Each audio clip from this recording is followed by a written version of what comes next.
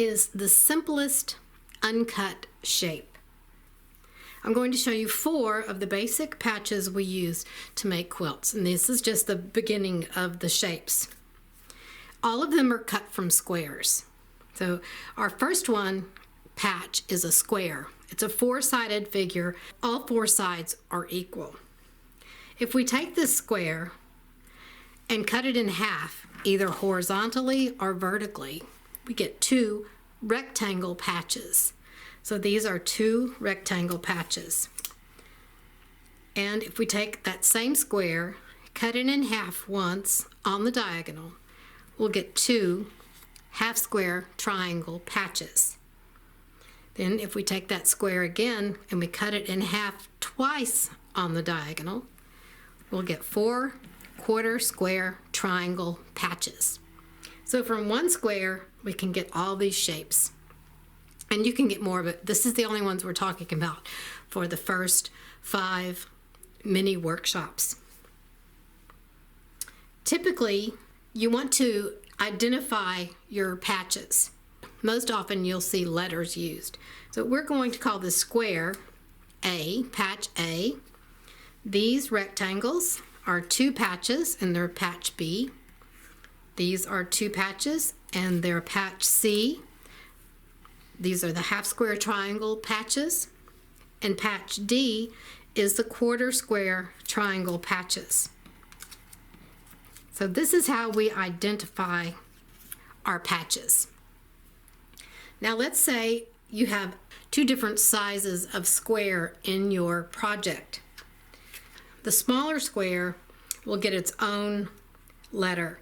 So we'll call this patch E because it's a different size. Same shape, different size. The same thing goes for all the other shapes. If there's a different size, it gets a different letter. Now let's see how we apply these patches to an actual block. Here you can see we have the small squares. So these are going to be our patch E's. So we'll put an E on each square. And the same thing down here. They're squares, they're all the same size, and we've labeled them patch E, just like this one down here. We look at the larger squares, and these are patches. They are patch A. So this is how you see the patches in your block. And I wanted to note that some patterns you'll see that even though these are the same size patches, they will give a different letter to the different fabrics. So this might be patch E, which is the background fabric, and patch F may be the accent fabrics. I think that's a little confusing, so I don't do that when I write patterns. If it's the same size, then it gets the same letter patch because it's the same size. You just designate that you need 2 patch E's that are accent fabrics and 2 patch E's that are background fabrics. I think it makes a little bit more sense, but you might find that written that way in other patterns. Now we're going to talk about units. And a unit is 2 or more patches sewn together. So let's take these rectangle patches. These are 2 rectangle patches. They're different fabrics. If I sew these 2 together, then I have a unit. And we can call this anything we want. Usually when I'm writing patterns, if this was step 1, step 1 said take a dark patch B and a light patch B and sew them together as shown. I would call this the step 1 unit because this is the unit we made in step 1. But you can call it unit 1, you can call it unit A, you can call it Fred. It doesn't matter. It just separates this out so you understand how the block is constructed. You understand, okay, this is step 1 unit. We'll take this and sew it to something else later. Also, this particular unit here, when you sew 2 rectangles together, it's called a rail fence unit because this looks like a rail fence. It's 2 rails on posts, so that's called a rail fence unit. So let's put these back here. Now let's take our half square triangle patches. Let's flip this over. And we'll have two different fabrics, a dark and a light, and sew them together. And this makes a half square triangle unit because it's two patches, two or more patches sewn together. Now let's say we take this half square triangle unit and we take a dark B patch and sew it to that unit. This is a different unit. So this might be the step 4 unit, or it might be unit 2. However it's called, that's just how you keep track of this particular unit as you're constructing your block. The same thing happens with quarter square triangle patches. Flip this over and say we'll sew them together like this.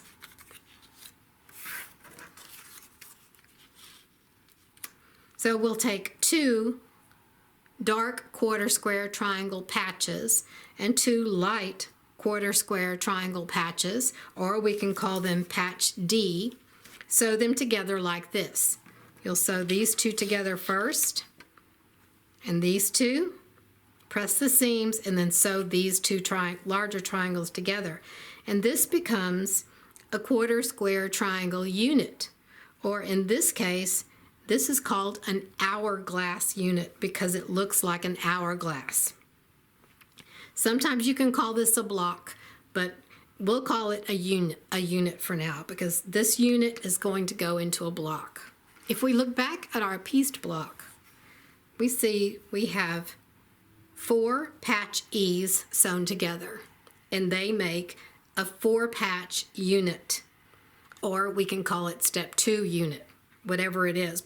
This is a distinct unit in quilt making, a 4-patch unit, because there are 4 patches. Same thing down here, this is a 4-patch unit. And so when you sew your 4 E patches together, you get this 4-patch unit, and you'll make 2 of those.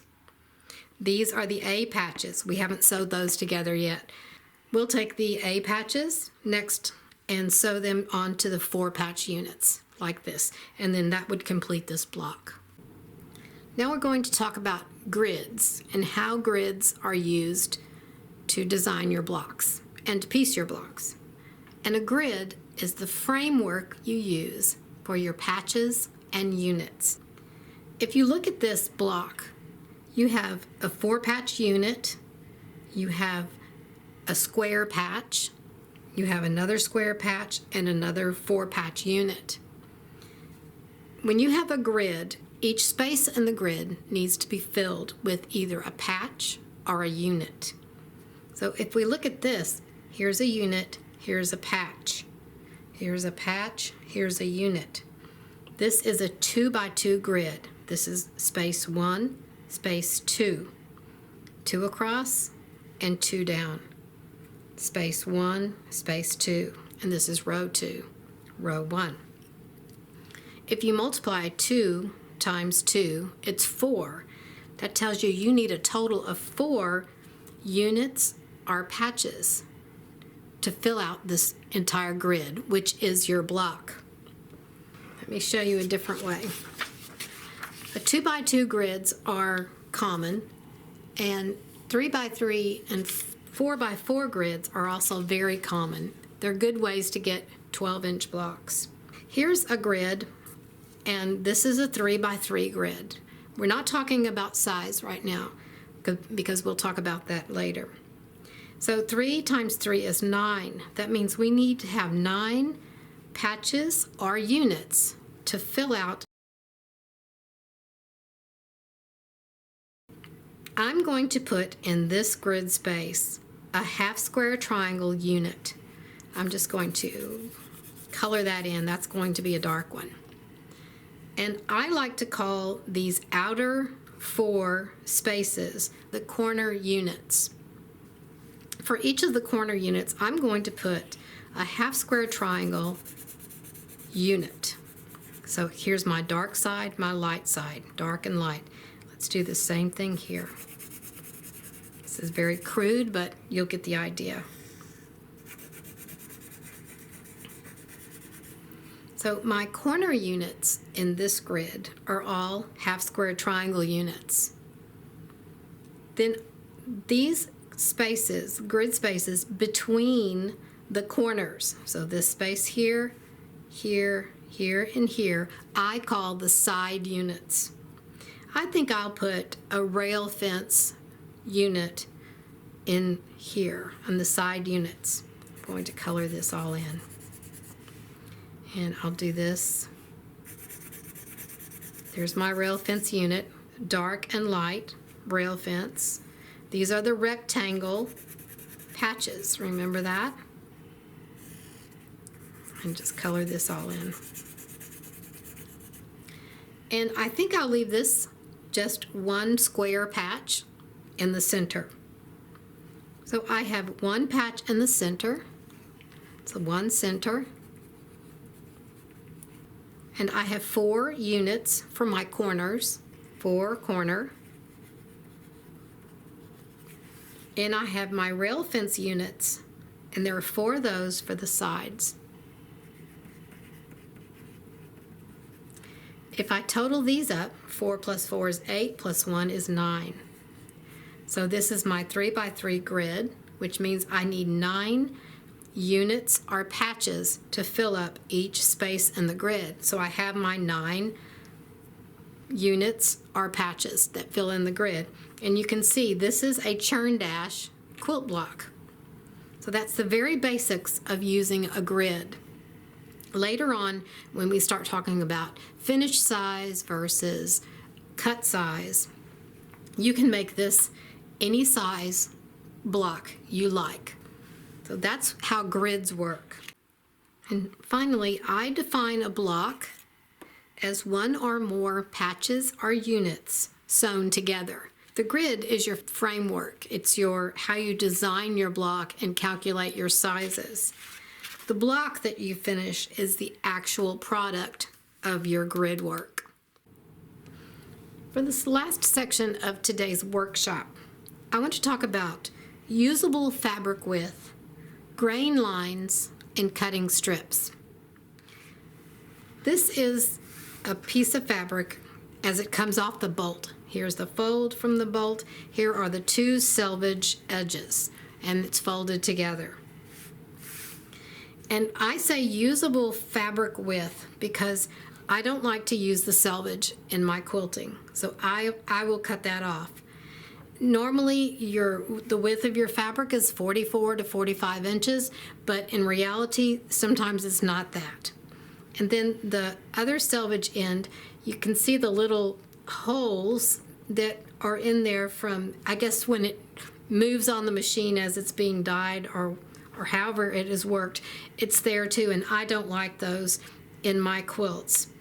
Another thing, the selvage is usually a more tightly woven part of the fabric, and if you wash your quilts, that will shrink more, I think, than the rest of it. So I just don't like it, and I just cut it off.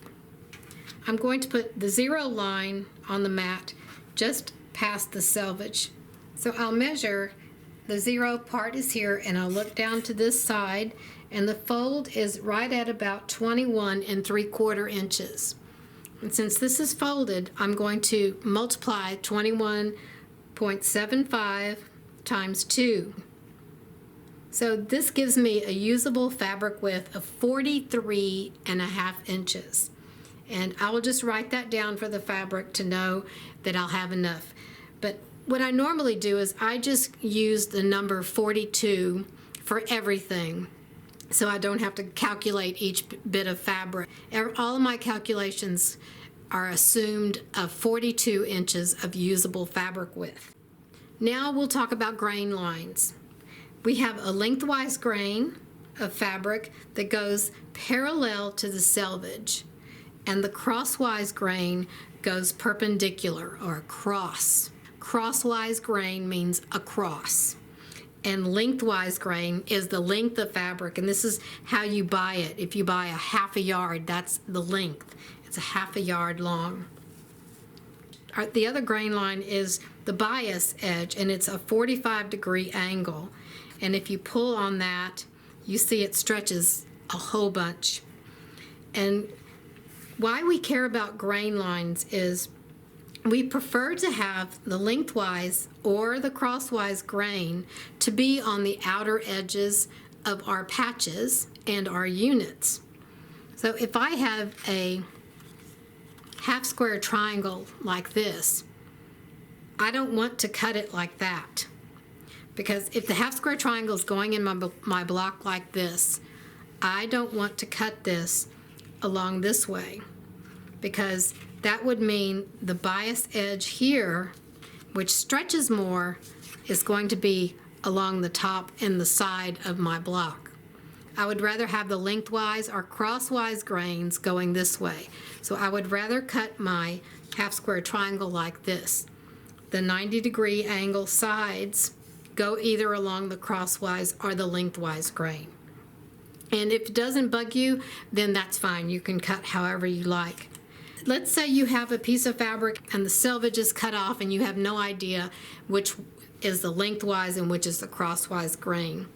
If you pick up the piece of fabric and you pop it, you hear that pop? That's a very strong pop because it's the lengthwise grain. And if we pop the crosswise grain, it's like a dull pop. So that tells you the high-pitched pop is lengthwise and the dull is the crosswise. And of course the bias edge just stretches like crazy. So that's the difference between crosswise and lengthwise grain. And the last thing I want to talk about is when you're cutting strips. If you remember from the beginning of this video, we had all of our pieces cut from squares. And to get those squares, we'll cut a strip of fabric, the size square we need, and then we'll subcut that strip of fabric into squares, and then cut the squares into however we need to make them.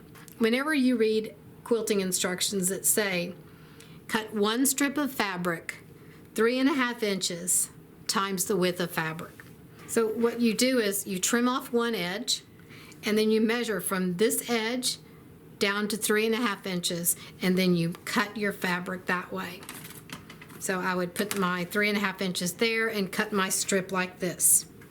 So that would be 3.5 inches times the width of fabric. And this is going to be important because later in the next lesson, we're going to be calculating how much fabric we need using a little app I have that no math is involved, but you're going to need the lengthwise measurement and the crosswise measurement. And that's how you do it. 3.5 inches times width of fabric.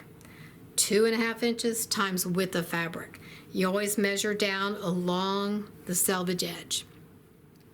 So that's it for this week. What I would like you to do, if you can, is start looking at some instructions and looking at some pictures of blocks or diagrams of blocks.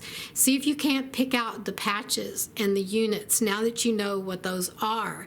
And read the instructions to see if they make more sense to you now, and see how the designer has written the instructions. So try to get different designers and see their style of writing instructions. Don't just look at one person. Look at a variety of different designers and how they have written their instructions. And if you have any questions, put them in the comments and I'll try to address them next time. Next week, we're going to be looking at squares. We're going to see how we cut them and how we can put them in the blocks, and then how we decide how much fabric we need to make an entire quilt out of the squares. So we'll see you next week.